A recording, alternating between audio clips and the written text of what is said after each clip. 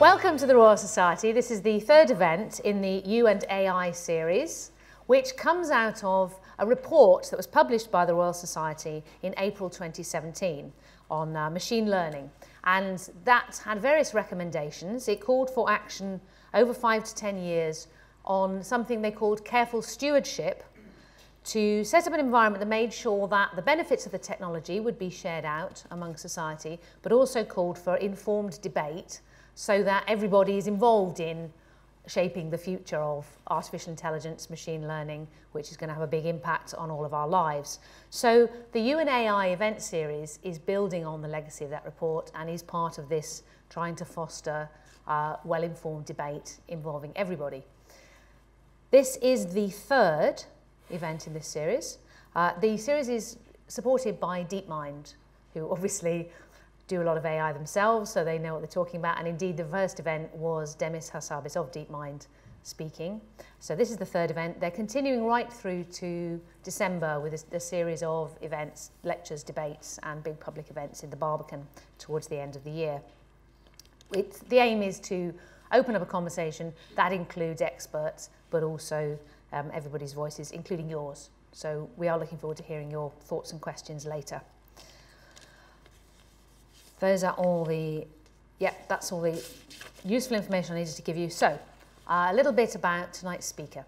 Professor Cynthia Dwork is the Gordon Mackay Professor of Computer Science at the Harvard Paulson School of Engineering, Radcliffe Alumni Professor at the Radcliffe Institute for Advanced Study, and affiliated faculty at Harvard Law School.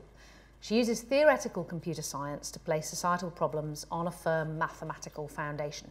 She was awarded the Edgar W. Dijkstra Prize in 2007. I may have said that wrong. If so, apologies, Edgar W. Dijkstra. In recognition of some of her earliest work, which established the pillars on which every fault-tolerant system has been built for a generation. And her contributions to cryptography include the launching of non-malleable cryptography. She's a co-inventor of the first public key crypto system based on lattices, which is the current best bet for cryptography that will remain secure even against quantum computers. And as we know, quantum computers continue to be only 10 years away. So that's something we should be worrying about. More recently, she's spearheaded a successful effort to place privacy-preserving analysis of data on a firm mathematical foundation with the invention of differential privacy, which is now the subject of a lot of intense work in many fields. It's been used in Apple's iOS 10 and Google's Chrome browser, so it's now really starting to be used on a global scale. But this field of work, algorithms and fairness, is a very new field.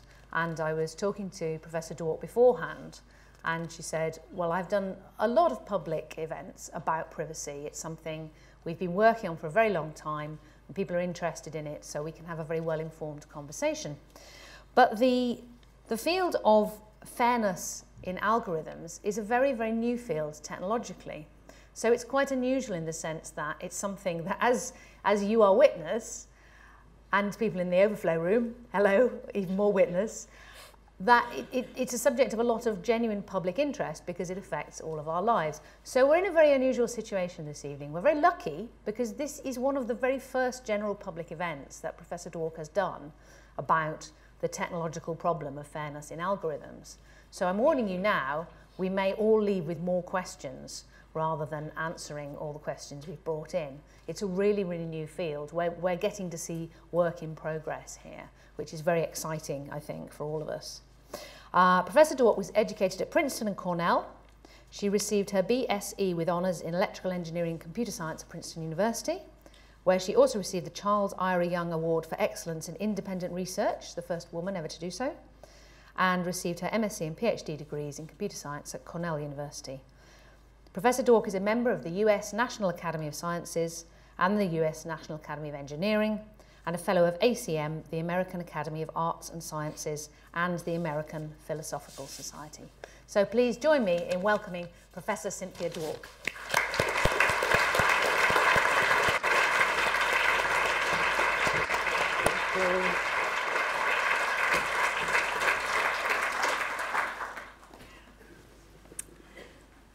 Good evening. Get my water out. So I tried to frighten you away with the title of the emerging theory of algorithmic fairness. I am a theoretical computer scientist, and I approach these problems from a theoretical perspective. And the theory is really just starting to emerge, but we really do have many, many more questions than we have answers. So another more colloquial and maybe even more descriptive title for the talk would be Fair Challenges. All right, so we are interested in algorithmic fairness.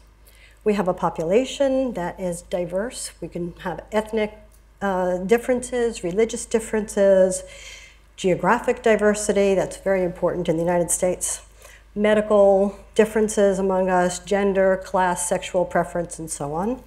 And the general concern is that algorithms be fair to people. So for example, when you surf to a website of a bank, the bank retrieves and gets from various systems a lot of detailed user information about you.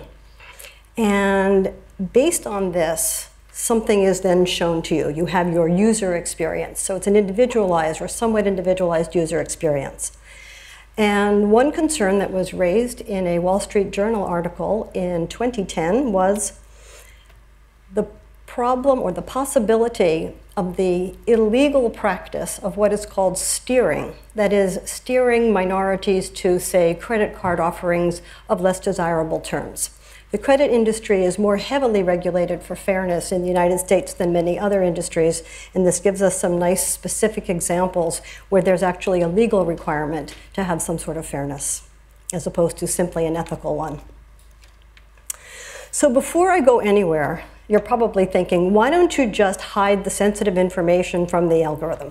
If you want to be sure not to discriminate against this group or that group, just don't tell the algorithm that the person who is being treated at the moment is a member of this group or is not a member of that group. So why not just hide the sensitive information? And the problem with trying to do that is that in some sense this sensitive information might be holographically embedded in all of our data. So the problem that we see are sort of correlations and also issues in social networking. So for example, this is a 1936 homeowners loan corporation map of Philadelphia that is rating the desirability of neighborhoods for real estate investment. And it's using geographic distinctions, but there's a very strong correlation between geography and race. And so a recommendation not to give a loan for a home in a certain region, say the red regions, was essentially a recommendation not to give a loan to people of a certain race or neighborhoods that have people of a certain race. And there is an absolutely superb study of the impact of US government policies on segregation in US cities by Richard Rothstein in a book called The Color of Law. And the cover has this picture on it. I highly recommend it. Now in social networking, we have other hints. You've probably heard about people getting hold of the data of friends. But here we have a situation, this is a picture from an MIT class project that showed that the percentage of one's friends who describe themselves as gay is a pretty good indicator of one's own sexual preference. So basically, if you're male and more than 4% of your friends self-describe as being gay, then you are gay. That's what the study showed. It was a class project. It wasn't a super rigorous study. Okay.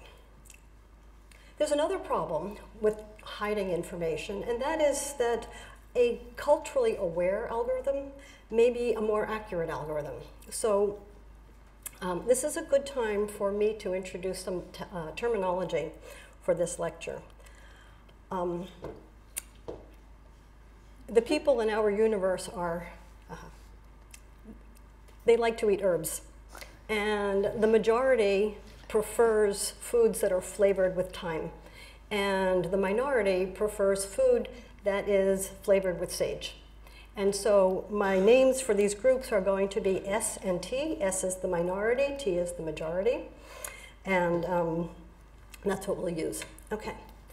So suppose it were the case that, that the sage eaters, the people who prefer sage, were part of a culture in which the smartest students were steered toward careers in math and science. And suppose that in the majority group, the smart students are steered toward finance. So if you wanted to write a quick and dirty algorithm for finding bright students for the purposes of some sort of summer camp, you might simply look for students who study finance, because after all, you're getting the right information for the majority, and the majority is the majority, so most of the time you're getting the right information. So clearly this is unfair to the bright students who eat sage because they're interested in math and science, not in finance. But it's also simply of reduced utility that a more useful algorithm would be an algorithm that understands that sage eaters who study math are like time eaters who study finance, that they should be considered similar to each other for the purposes of the bright student classifier.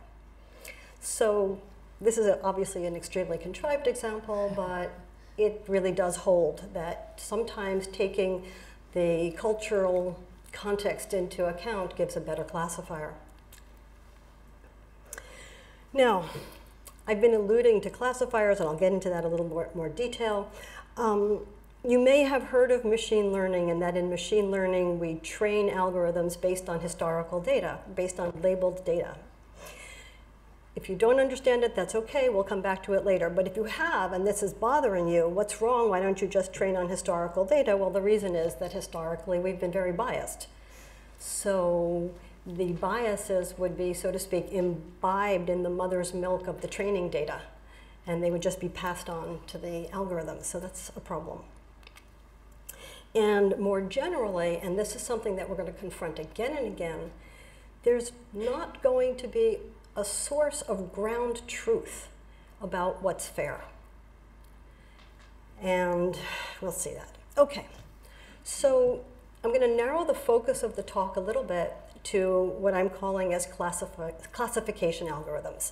So in the loan context, you want to classify the loan. The simplest case is approve or reject, but you might have something else. Approve with these terms, approve with those terms, reject. You know, something more broad classification. All right, so here's one classification algorithm. This is the final judgment. The answer is known, that is, whether somebody was good or evil is completely known at the time of the classification. There's another kind of classification algorithm. This is a real problem in pathology. I have here 3 pictures of cells, brain cells. The picture on the left is cancer. Although in the lower right corner of that image, there's some more healthy tissue. The picture all the way on the right is healthy tissue and healthy brain tissue. And the one in the middle has cancer cells on the left, and the cells on the right are not cancerous, but they're not normal. They're actually being affected by the tumor.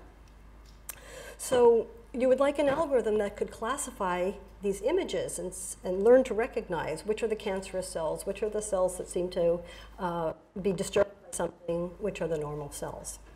This is, again, a situation where there's probably a right answer for the individual cells. Another situation is maybe you're working with a jobs platform such as LinkedIn, and you want to hire people, and you want to create an interview cohort that is some set of, say, 10 people to interview for a particular job, or maybe 4 people to interview for a particular job. And the universe, the people who are in LinkedIn, may have many, many highly qualified people. And still you have to choose some sort of small subset of them, some tiny subset of them to interview, because you don't have time, you don't have the resources to interview everybody, and even if you did, you wouldn't know how to make a decision with so many to choose from. So how do you create a cohort for interviewing in a fair way? Assuming that you had a bunch of very highly qualified candidates. Okay.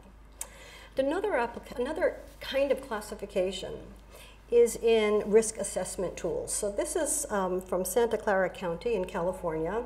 It's a spreadsheet, a worksheet for classifying arrested children to determine their eligibility for either secure detention, i.e. you're going to lock them up, or release them pending their trial.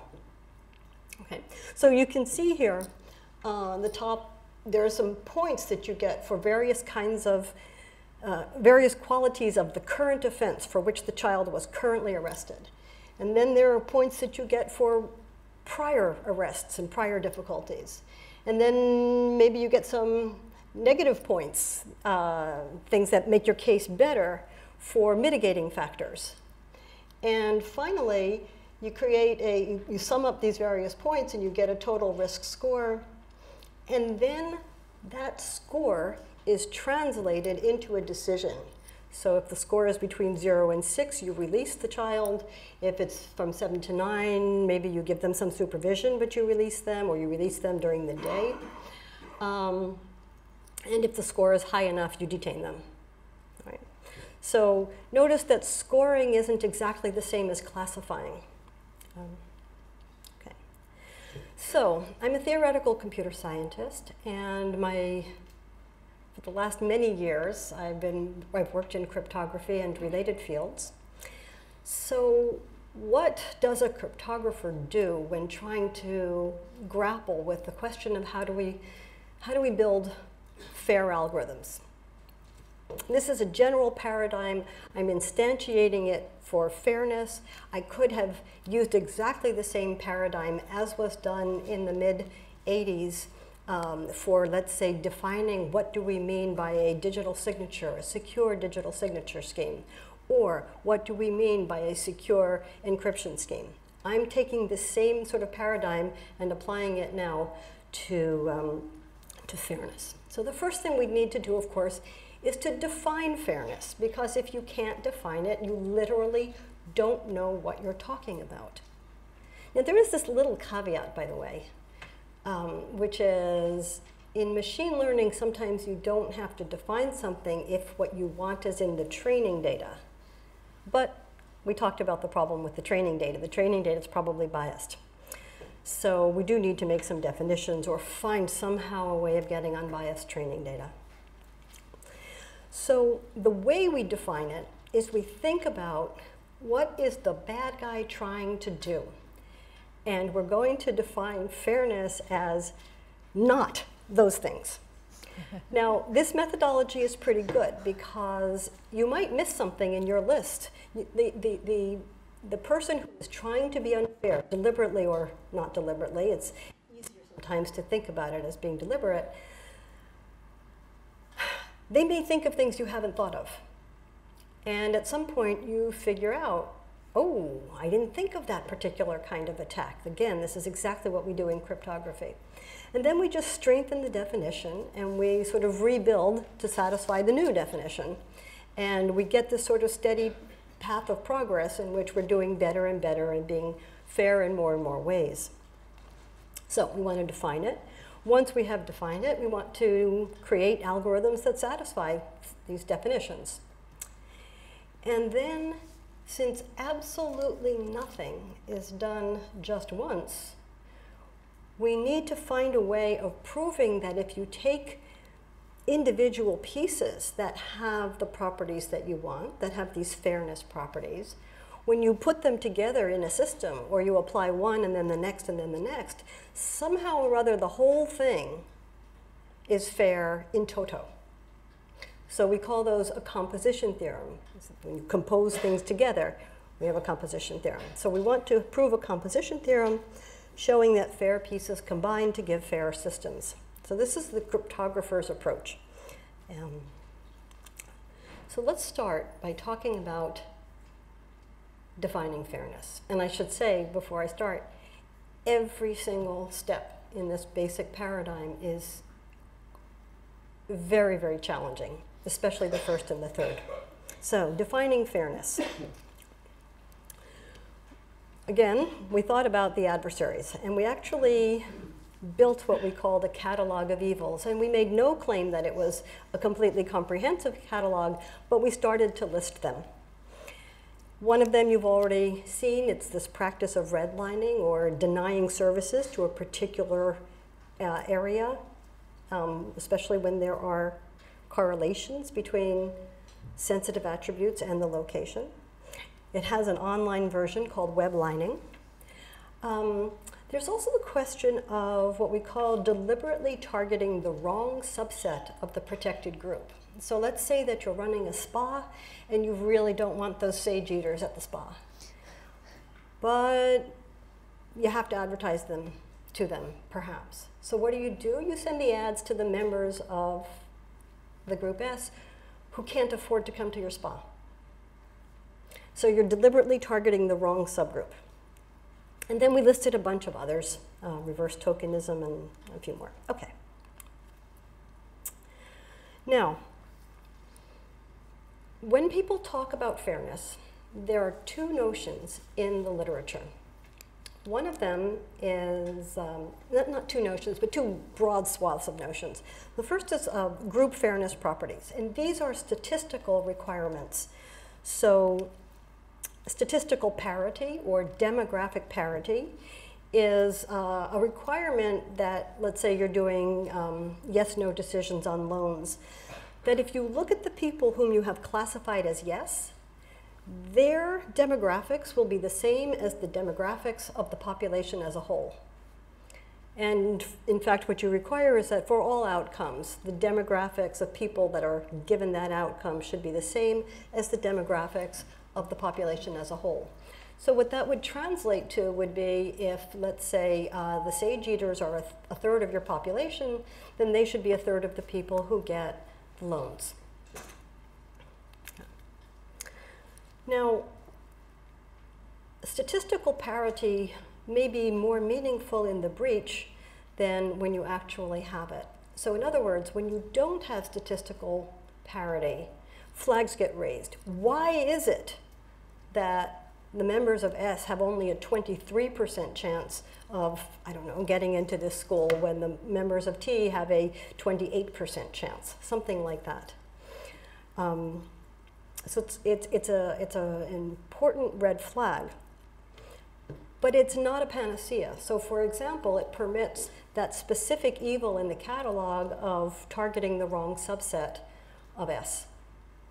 So we rejected it as a solution concept because it's not telling us what we want it to tell us. Now, there are other group fairness notions, and I'm going to belabor a point for a moment, and you'll see why 8 or 9 slides from now. So first of all, we're going to take a running example of a hypothetical algorithm for predicting success in university. And so a yes prediction means that we predict this student will succeed, and a no prediction means that we predict this student will fail. Okay? So the false positive rate for prediction is the number of false positives among those where the true answer is no. So you predict success erroneously divided by the total number of people who will not succeed. And so one group fairness notion is that you require that the false positive rate should be the same across groups. So the fraction of those in S who will not succeed but were erroneously predicted to succeed will equal the fraction of those in T who will not succeed but are erroneously predicted to succeed. In other words, you want the algorithm to be sort of equally harsh or, for both groups. Okay, the false negative rate is the people who are falsely predicted to fail divided by the fraction, the number that will in fact succeed. So the numerator has predicted to fail but will succeed. The denominator has everybody who will succeed. And you might also want equal false negative rates across the different groups. And a third one is called the positive predictive value, which is among all of those who are predicted to succeed, what fraction will in fact succeed, the true positives. Okay? So you might, then the equal positive predictive value across groups says that the fraction of those in S who will succeed and who are predicted to, will succeed among those predicted to succeed is equal to the fraction of those in T who will succeed and are predicted to succeed. Okay? Now, this is also known as test fairness. And what it says is that a positive prediction means the same thing across the different groups. If 83% of the people in S who are predicted to succeed actually succeed, then again it will be an 83% in T. So if you're sort of looking at an individual who's predicted to succeed and you say, are you going to succeed or not? You could say, well, in some funny sense, I can think of it as, yes, 83% chance. Okay? So this says that you interpret the test without thinking about whether somebody is in S or T. And there are a lot of others. Now, why did I belabor those three? I belabored them because each one is really desirable, and yet they cannot coexist. A little bit more rigorously, no imperfect classifier can simultaneously ensure equal false positive rates, false negative rates, and positive predictive value across groups, unless the base rates are the same across the groups. So the base rate is how many people in this group will actually succeed. In my example, I have 5 out of 13. Okay. So if the base rates are not the same and the predictor is not perfect, then you cannot have all three of these simultaneously. And of course, sometimes the predictor cannot be perfect because you're trying to predict things that will happen in the future, and there's randomness and there's free will, and it's not known. It's not like the case of the cells, which are either truly cancerous or not cancerous at this moment. Right? So you definitely have to worry about imperfect classifiers. So let's just take a look. What's going on here is that these three quantities, the false positive rate, false negative rate, and positive predictive value, are related by this equation. So we get the same equation, because that's just a mathematical equation, we get the same equations for the members of S and the members of T. Since we insist on the same false positive rates across groups, these quantities have to be the same in the two cases, and we get this nice equality. Now, since the false negative rates have to be the same, those two terms will cancel out. And since the positive predictive values have to be the same, those two terms will cancel out. And we are reduced to this. And this can only happen if the base rates for S is the same as the base rate for T. I belabored this because, first of all, this arose not in the question of predicting success for college, but in a very controversial story in the popular press surrounding algorithms for predicting recidivism. Who will reoffend when they're in jail? Who will reoffend if you let them out of jail? Okay. Oops. Oh no, what did I do? There. All right. Now, everything I said here about no imperfect classifier can simultaneously have all three kinds of fairness, this is true whether the predictor is an algorithm or the wisest creature you can possibly imagine. It makes no difference. It's a mathematical truth that has nothing to do with how intelligent or well-meaning the predictor is. Okay. So to motivate the second kind of fairness, individual fairness, I have a video. Could you play the video for me now?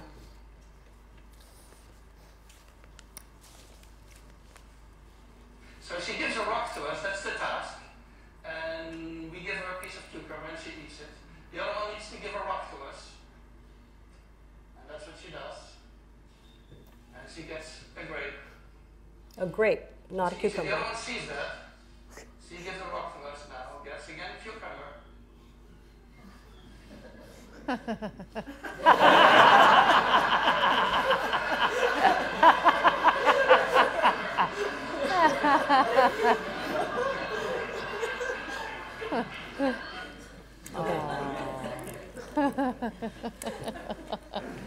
So this motivates what I call individual fairness. And individual fairness says that people who are similar for a specific classification task should be treated similarly by classifiers for that task. Now, this is a very intuitive notion. If I'm very, very much like you are financially, and we both apply for loans and you get it and I don't, I think this is wildly unfair. If somebody much wealthier than I applies for a loan and gets it, or with, I don't know, somehow much more secure than I, gets the loan and I don't, I say, well, okay, there's a big difference between us, maybe it's reasonable.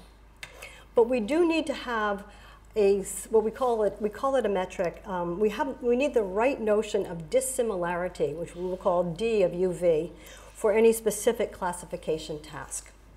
Now, this is already, it's intuitive, it's great, but it's also problematic. So let's think about the credit score for a moment. And suppose there's a continuum of credit worthiness. And wherever you try to draw a line, there's somebody just above the line and somebody just below the line. So then you have a problem. You have a tiny distance between U and V, but one of them gets mapped to yes and the other one gets mapped to no, and it seems completely unfair. So what do? You flip a coin. That is, instead of sort of deterministically mapping some people to yes and some people to no, what you do is you assign to each individual a probability of getting a yes.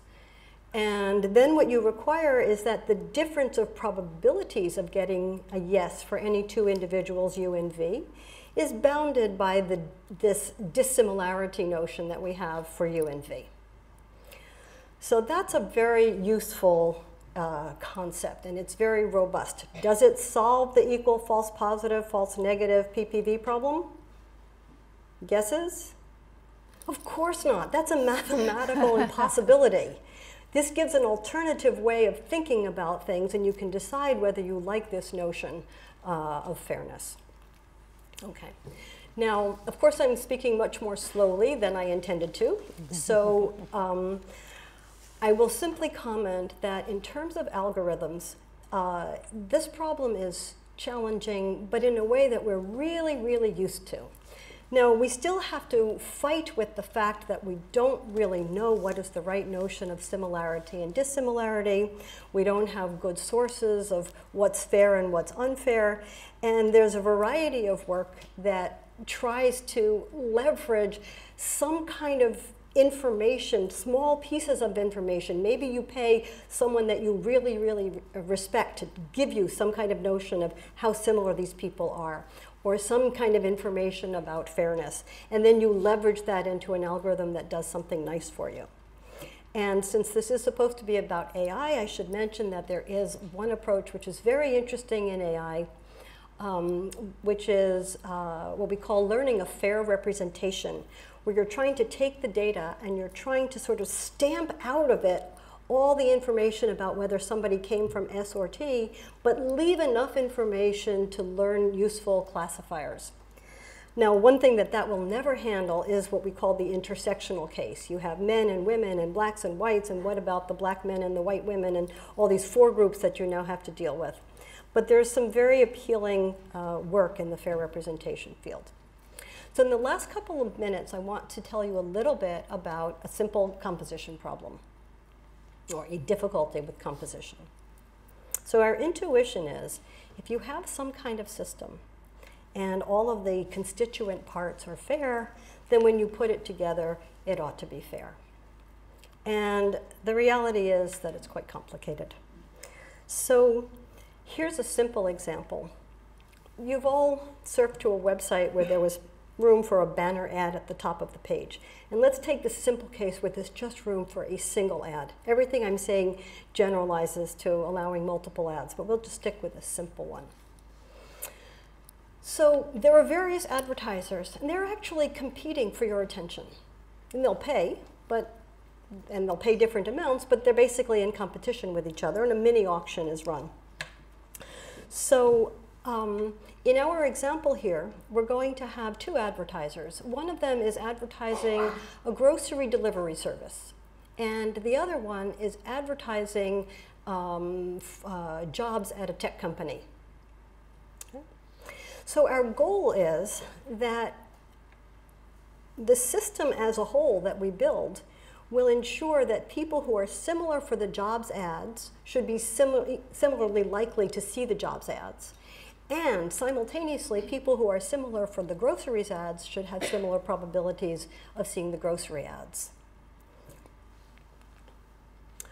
Well, suppose the grocery delivery service is willing to pay $1 to show you an ad. Or equivalently in my story, they may simply go first. And the tech company is only going to pay 50 cents for an ad. Or equivalently, they'll go second. Why is it equivalent? Because if somebody is being bid on by both, clearly the grocery delivery service is going to win because the ad network is trying to make money and they will take from the highest bidder. Okay. So what's going on here? What's going on is that people who are very highly qualified for the grocery service ad, perhaps because traditionally the Sage Eaters did the shopping for the whole family, or perhaps because they're customers of this particular place, they will never see the tech ad.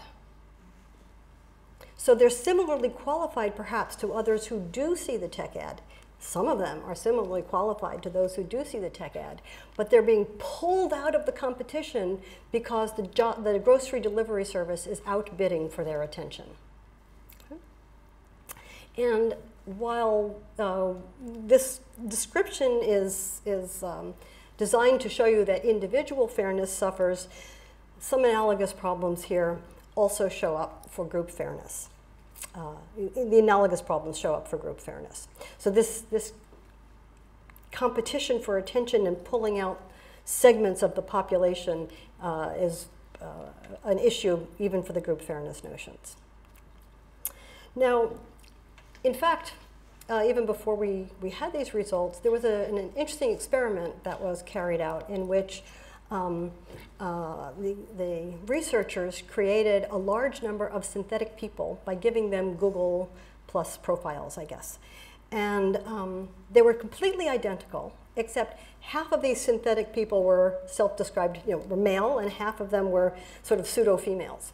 And they followed exactly the same scripts, visiting jobs-related websites. And at the end, they showed up at the Times of India where they saw an ad. And the researchers found that there was an ad for a job coaching service to get help you get a high-paying tech job that was overwhelmingly shown to the fake men rather than to the fake women, and not to the fake women. So what may have been going on there is that the attention of the fake women was being more highly paid for. And this is true. That is to say, advertisers do pay more for the attention of women than for men for certain kinds of, for lots of home products, because women traditionally shop for the whole family. So one way around this is to use randomness yet again. So here's a simple solution. At every time step, choose one of those two advertising tasks, either the jobs ad or the groceries ad, and then classify people as to whether they should get the chosen ad or not. And for the people who are not going to get the ad, show them nothing at that time step. And that turns out to sort of have to be provably fair under our definition of individual fairness. But it leaves a lot of money on the table. So an interesting direction of research is how to work out the economics and find better solutions that still allow monetization but are truly fair. So my final remarks. Truth is elusive. We don't know what fairness is. We don't know who is similar to whom for these various tasks. We don't know even what group fairness notions make any sense. And this is not going to be remedied by computer. This has to be remedied by us. We do propose or advocate sunshine for the metrics. If you have ways of determining how you are going to evaluate people, those ways should be made public. And finally, computers are not necessarily worse than humans. They may be more accurate. They're definitely more easily tested. And if you do find yourselves in a situation where your fate is going to be, serious fate, is going to be handled by an algorithm, if nobody has proved anything about its properties, try to, algorithms should be tested all the time. Algorithms with societal impact should be tested all the time. And that's my final remark.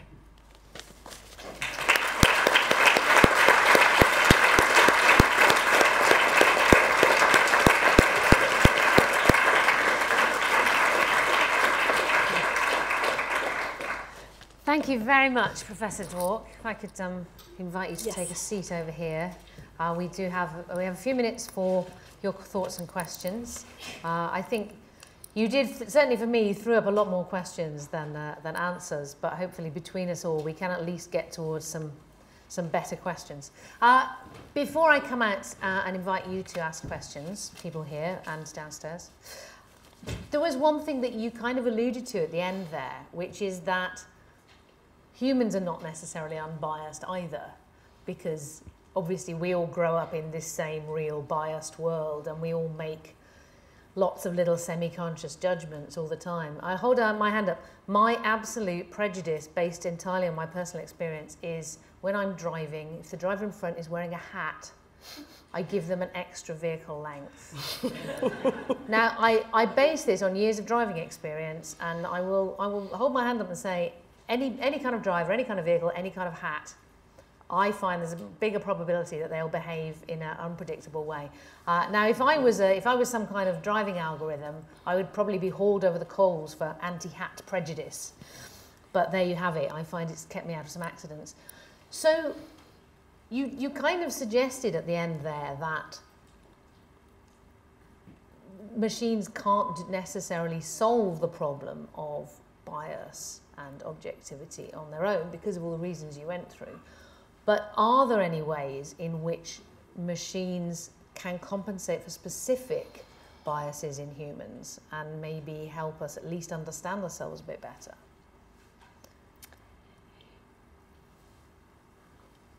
So, since it's very difficult to know what truth is,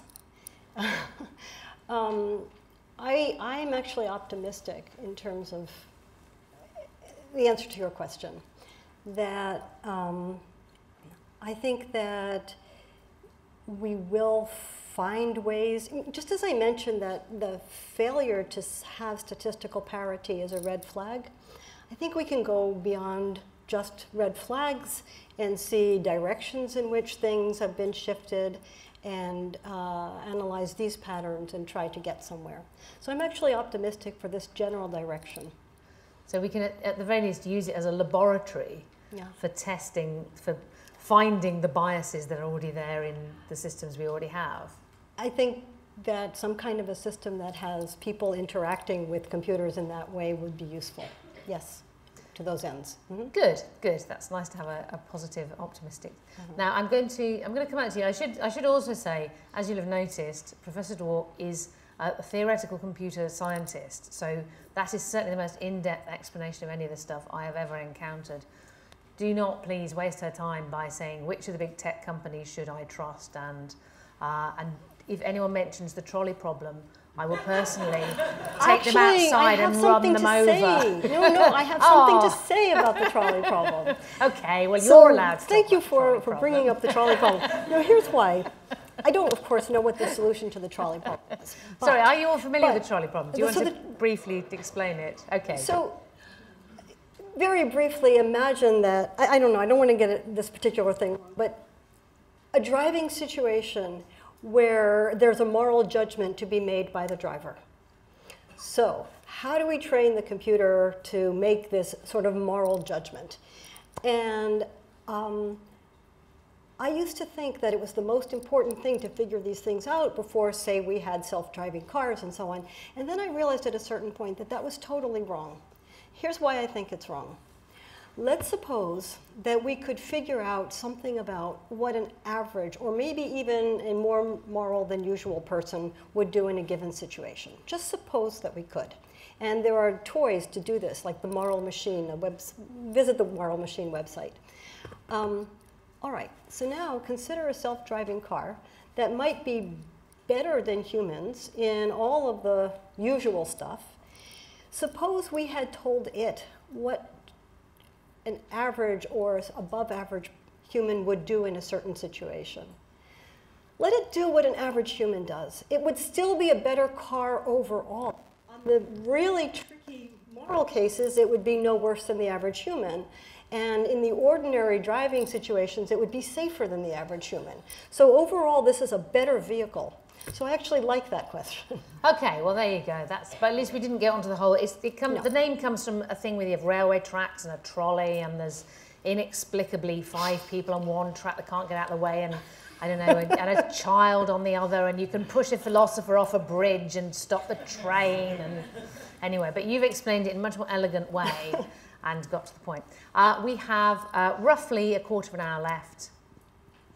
We have time for 2 questions. No, I have 2 from downstairs. You have 2 from downstairs. Sorry, Maybe we start with misunderstanding sign language. Can you get an AI for me to understand human beings? Okay, well, we have 2 questions from downstairs, so let's start with those, and then we have microphones to come out to you, and we'll get questions from you.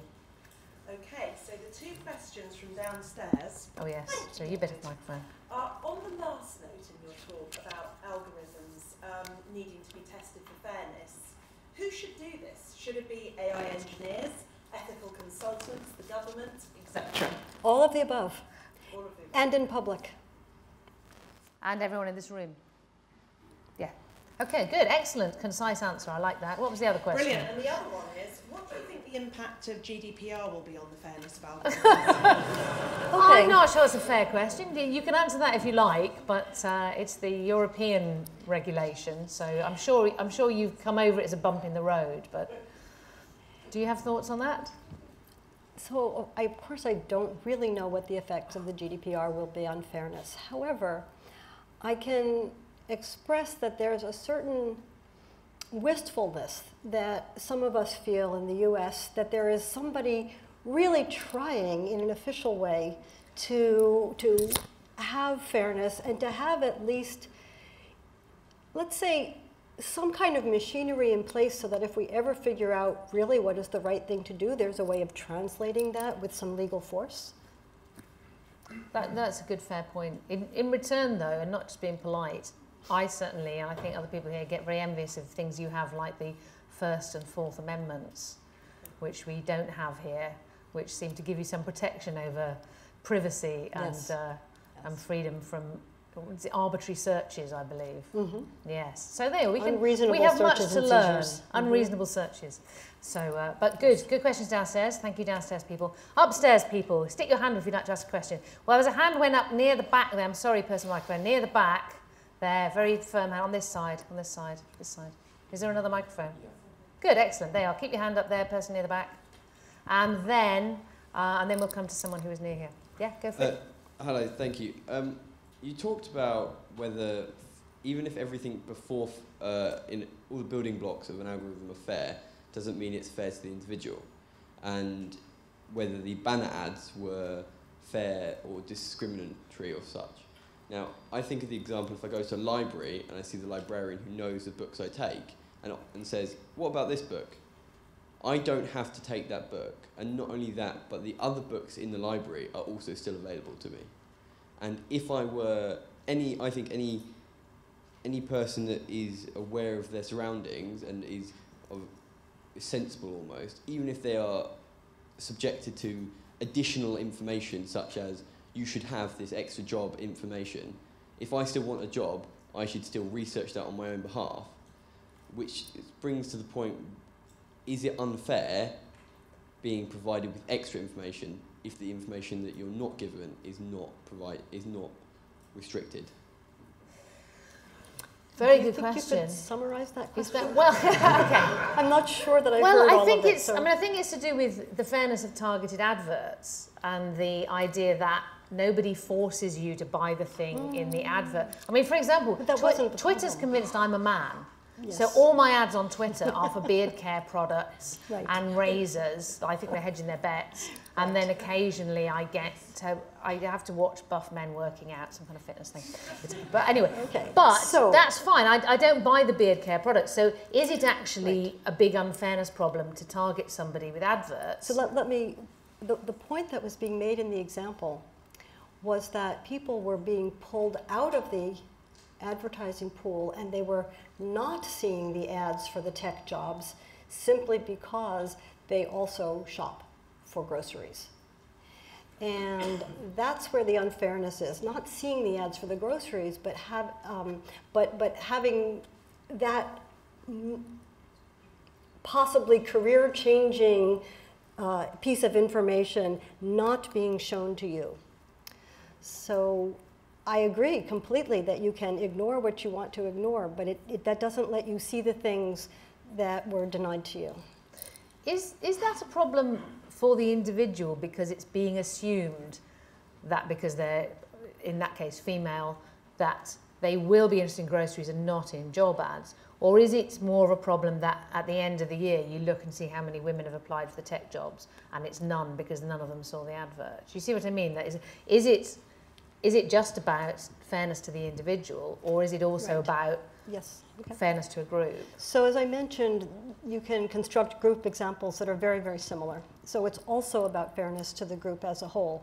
And you can play with this and you can show, for example, that you can come up with versions of this where parents don't see ads for, say, high-paying tech jobs. And that can cause them to stall in their careers, and you get these sort of cyclic problems. So it also is a group issue. Very good question there, raises lots of points. Who is the hand down here? Oh, there's lots on this side. Fred, you will have to come around the front. I know you were trying to avoid it. Let's start here. Well, this is going to be just a quick and simple, silly question. You mentioned that historical data might be biased, but apart from its volume, what stops us from filtering historical data? Just someone actually reading through it and eliminating the bad examples. Right. Very So good that's an question. excellent question. So you're saying, and this is one of the great mysteries of life for me. Suppose there were a person who could go through these things and filter out the bad examples or spot unfairness. You can actually show that from such a person, you can do something which is a technical term called extraction, which lets you find from such a person some kind of an approximation to the right metric. So in other words, it means that there's a human who already knows what fair means. And if they already know what fair means, there are other solutions. So I'm really sympathetic with what you're thinking, and we are sort of grappling with this from a mathematical perspective, right now. But again, if it's already known, sort of, somehow, then the problem becomes much easier. So the problem is defining fairness. The problem is defining fairness. So for example, if you knew that, if you had many cases where people agreed, and then there were certain cases where there was a lot of disagreement, if there's a lot of disagreement, should you assume that these people really are similar? Or should you assume that they really are dissimilar? We don't even know what's the right interpretation of a lack of consensus. Or, yeah. I think there's a growth area there for people to study dissimilarity and fairness for the next 30 years. Okay, so, whoa, lots of hands now. Okay, would you like to go down that side and get maybe those, there's a little kind of clump of 3 in the middle, if you'd like to get those in turn. And then on this side, are there any more near the back? No, there's a couple up here. If you'd like to make your way up here, and we'll do Somebody in the someone here third next. row? Sorry, yes. Hi. I recently read a book by Professor Harari, who actually mentions that by having big data and using AI, we might be heading toward end of sapiens.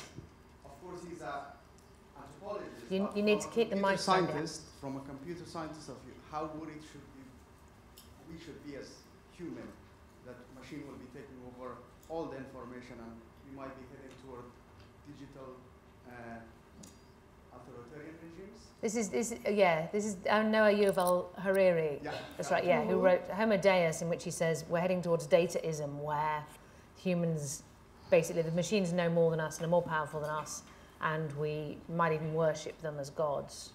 Is that something that keeps you awake at night? No. Well, there you are. You can relax a little bit longer. Hear it from the expert. Good. Oh, someone's got the microphone here, so we'll come here and then we'll come back to you afterwards. Yeah, go on. So great talk, thank you very much. It's really thought-provoking.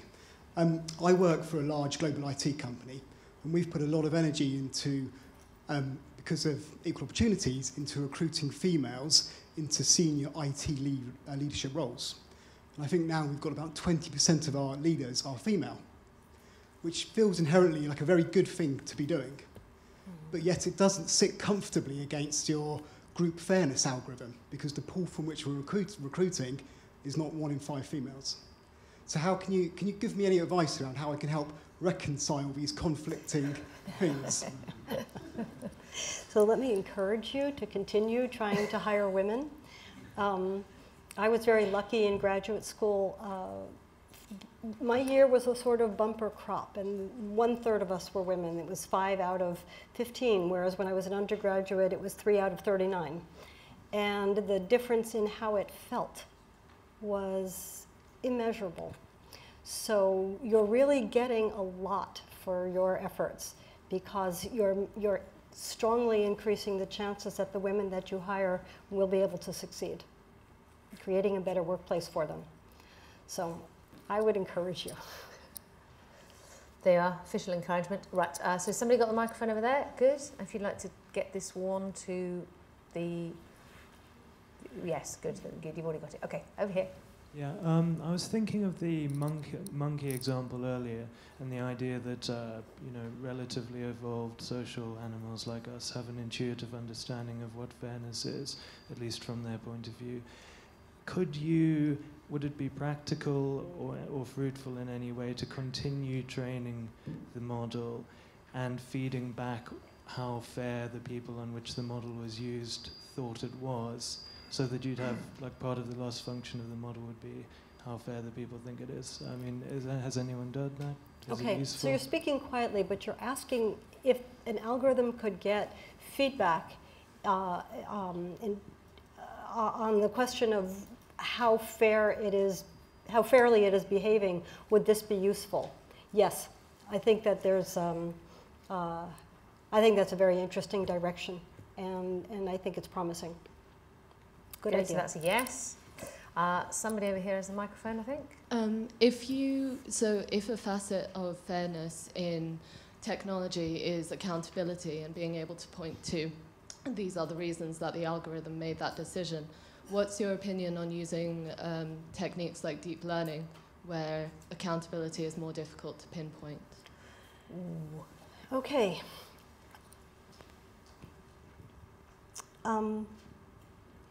I have thought quite a bit about accountability, and I have personally not yet been able to make sense out of it. It's a little bit about that circular thing. If I really knew what was right, yeah. Anyway, so for a lot of the things that I'm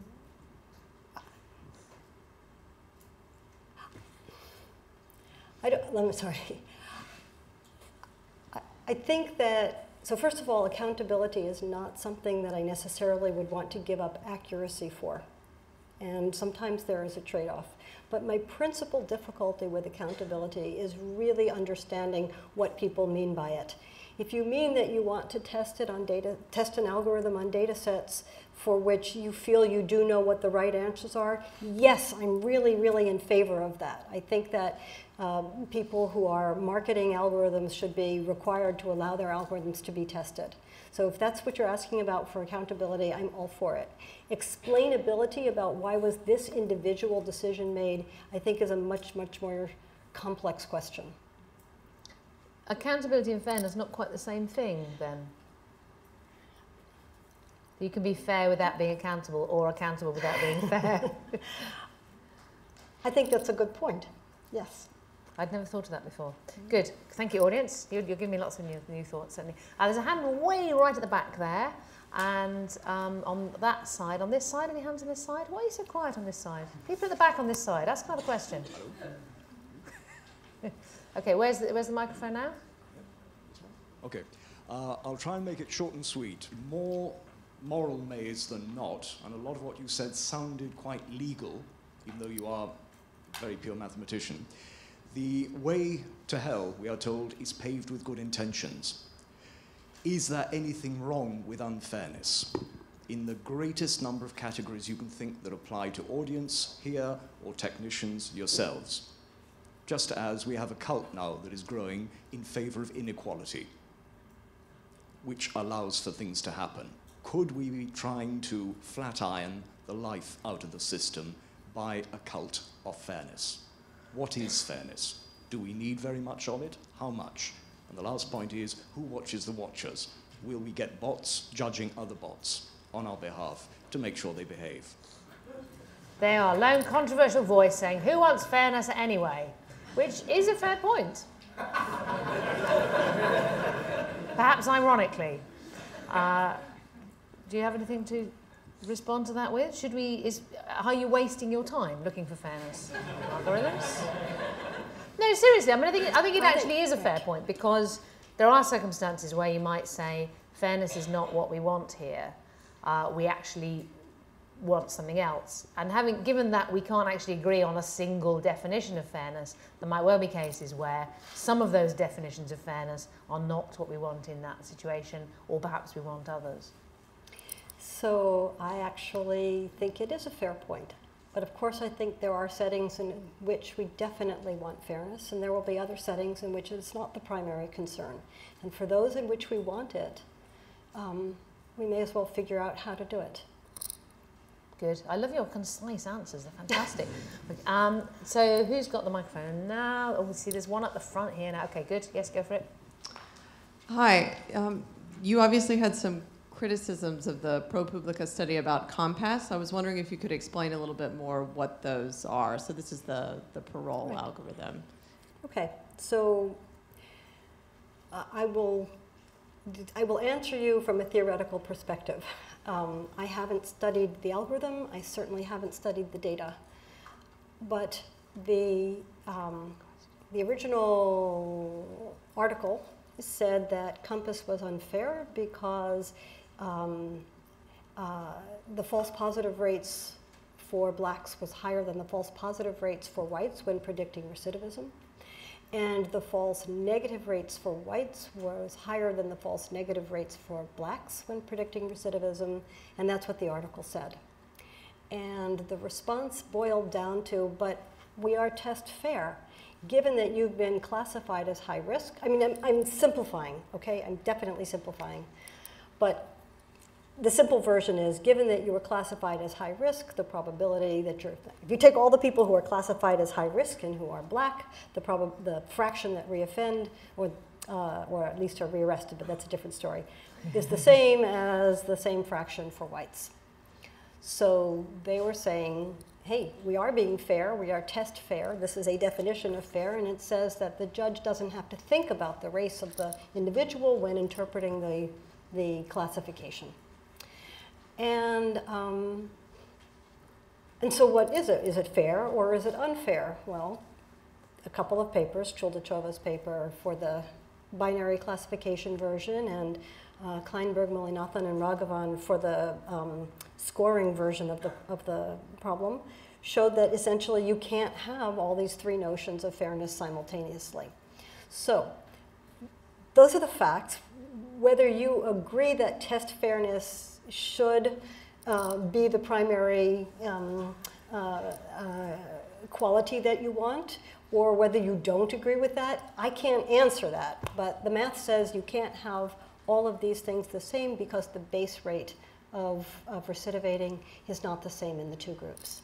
So it's in fact a classic example of what you were describing, in that because historically there's a higher arrest rate among blacks than whites, the base rate is different, and therefore you cannot have a thing that is fair in both senses. Yes, I mean, and just to be clear, the environment is much, much more hostile to blacks than to whites, and rearrest is much more likely for blacks and for whites as well. So there's unfairness. We were talking about this earlier. The unfairness is going into the whole system. The unfairness is all around the Yes. whole. And it's not limited to the model by any means. And it's not reasonable to expect the computers to cause everything to be fair when the society itself is terribly unfair. Which I think is actually a very good note to end on. I'm sorry we didn't get everybody's questions. You'll notice we've already run rather over time, but there were so many interesting, important things to ask. I should also tell you about the next event in this series, which is on one of these very low-tech pieces of paper. The next UNAI event is here on the 17th of July, when Professor Chris Bishop will chair Professor Kate Crawford, talking, in fact, on machine learning bias and inequality. So I think from some of your questions, if you found this a fascinating evening, you will enjoy that equally much. So please join me in thanking the Royal Society for hosting us. Everybody's putting it on.